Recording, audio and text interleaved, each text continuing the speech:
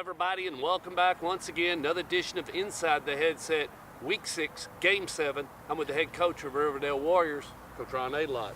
Well, 5-1. That's where you're at. And now you've got Game 7 coming. You've had a chance to let the Hendersonville video resonate. Talk a little bit about Friday night. Well, I was real pleased with our effort.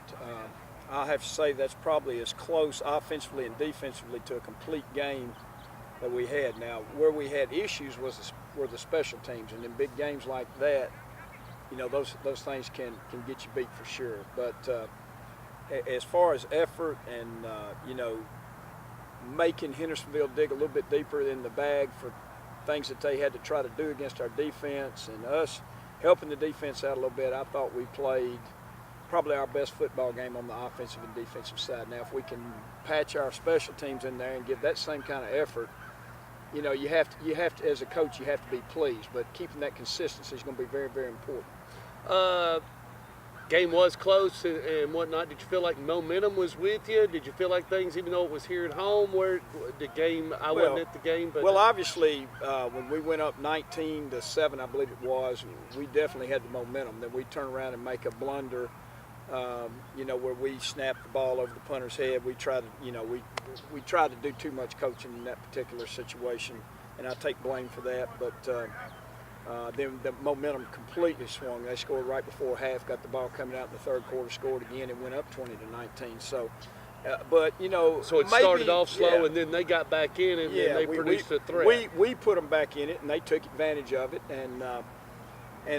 But the thing that I really, and maybe it was meant to be that we found out a little bit about our team, was we had our backs pinned. I think they said there were like 8 lead changes in the game. I don't know if that's correct or not, but we had our backs pinned a little bit, and we fought back and had a big 4th down play where we actually made that, and then got the ball back, got a critical 1st down to not give them the ball back, and so, I thought we finished extremely strong, and we matched, and I thought, I felt like our kids fought all night long, even in some situations where, maybe last year we would have just folded the tent.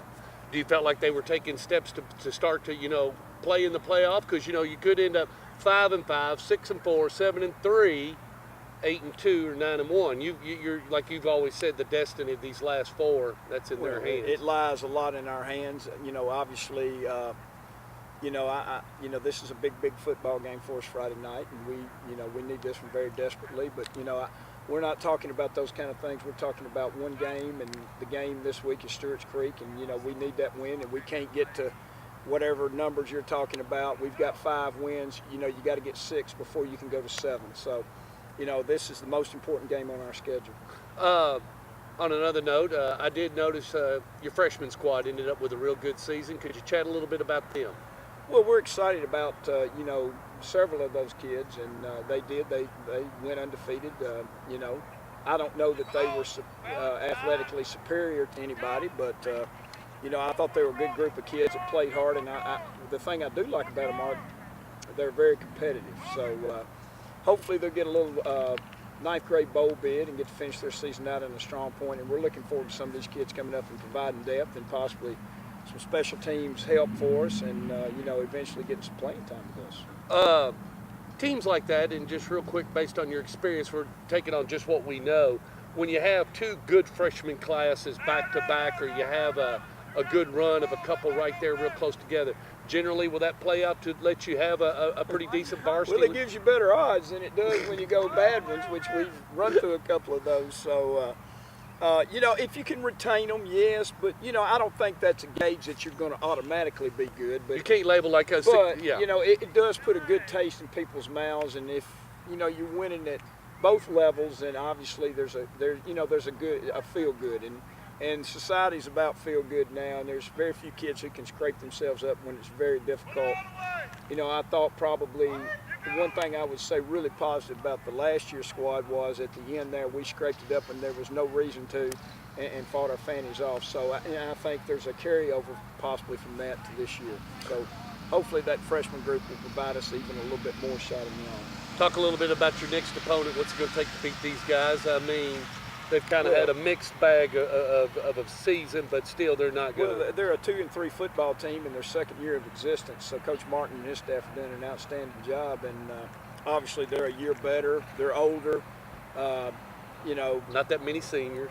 Not that many. So obviously, you know, they're building a program, but they're but as far as when you talk about not many seniors, we don't have many either. So it's not like we're superior as far as experience. As far as having older kids to play against their younger kids. It's basically we've got a few in key spots, and we hope those kids lead us, and that provides us some leadership. But hopefully, our young kids can play up to standard again, and not rest on last week's victory, and we just build on what we did last week and make it even better.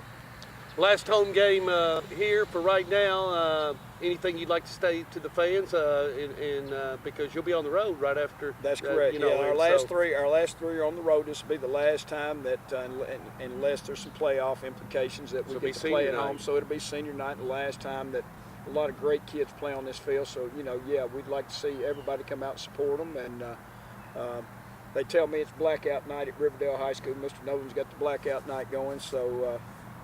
You still got those pants, don't you?